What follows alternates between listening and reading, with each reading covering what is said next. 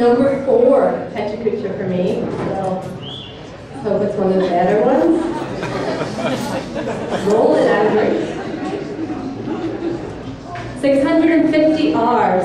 650 hours, that's, you met our committee, that was my very, very rough estimate of how much time and energy we put in to make this exhibit happen. From meetings from December through May, we've been working at this thing for a long time. So we really dedicated ourselves to this and to the mission. Oh shit, my text is not showing up. Okay, we started off with questions. What is San Diego doing, right and wrong? Who is doing it right, and why can't we be doing that? And what are we going to do next, and how are we going to get there? And we were really inspired by people like Candy Chang. She did this project in New Orleans, I wish this was. It really involved the public. We were inspired by how to engage them. What does your neighborhood need? We really want a dialogue in San Diego, and so hence we have the chalkboard, the post-it notes. We want to know what you guys think. We spent a lot of time thinking about what is a successful public space, and does San Diego have any of those? Is there any successful public spaces that are in the works for San Diego? And why, if we don't have those, why not? These were some of the concepts that we talked about. We talked about the market of Great City is somehow ordinary spaces, and other cities are transforming parking spaces into parklets. I'm sure Hard will talk more about that. We've done Parking Day, we got on the front page of the Union Tribune. But these ordinary spaces shouldn't pass us by. This is a city in Australia. The residents and the merchants got together to close the street for a month. This is London. They created a living room in one of their amazing squares. Why can't we do yoga on the streets? We need to think outside the box and not just think of our grand spaces. Like William White, we've been showing William White the socialite of small urban spaces on the video in the exhibit here, and like he says, create better places. It's about places, not necessarily grand plans. It's about where you sit. You sit where there's sunlight, and we should plan for those ordinary things. We've started looking at different cities all around the world. Copenhagen is one place we were really inspired by. We have a bay. We have a beautiful harbor. Why can't we swim in it? Copenhagen has got really terrible climate compared to ours. They've got all these harbor baths. What's going on? How come we can't set a foot into ours? Copenhagen, we all know that they're bicycle happy. But the top right is also, I think it's San Francisco, where they close their streets on Sundays, and it's Cyclovia, I think is the movement that it's called. We could be doing things like that. We need a city that's not just for cars. And just ripping on Copenhagen for a minute, they just published a guide to Copenhagen in 2025. They're thinking ahead, They did this guide that was like, look at what we could be like in 2025. And I think that's kind of inspirational that they're thinking that far ahead.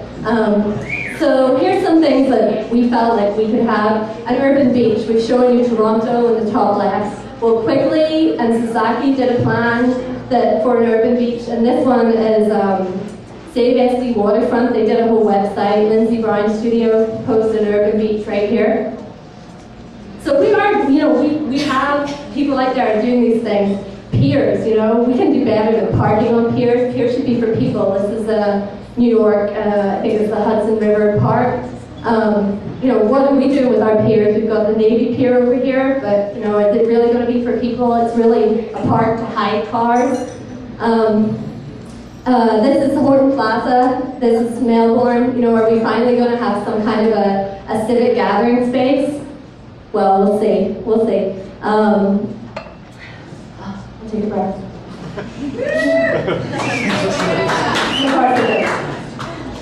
Okay, this one, why can't we have a vision for a civic building that we can be proud of finally? This was the proposal for our city hall. Is that ever going to happen? This is the federal courthouse. That is happening, nearly complete.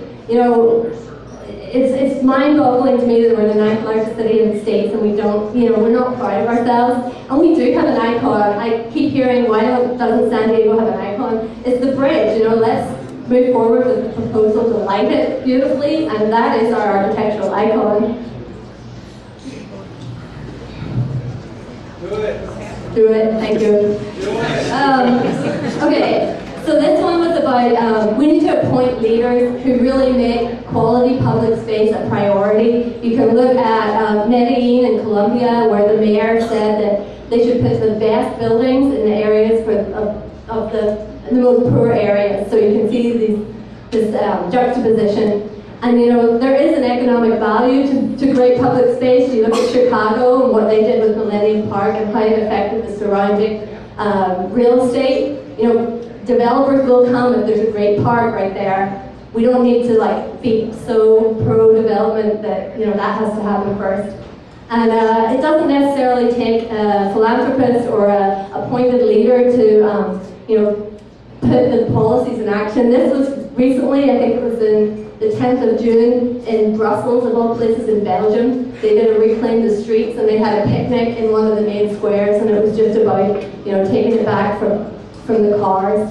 And so Leslie mentioned our website that's devoted to this. It's basically taking the content that you see here in the exhibit and putting it online, keeping the debate going. We're going to try and keep updating it. You know, it's a place for discussion. What would make San Diego a better place? That was our first question. Some of the answers are online, and yeah, no more shit. Okay. A lot of it, I got to say, was all about being pedestrian friendly, bike friendly. You know, obviously taking advantage of our bay front. Oh, and that's it. Thank you.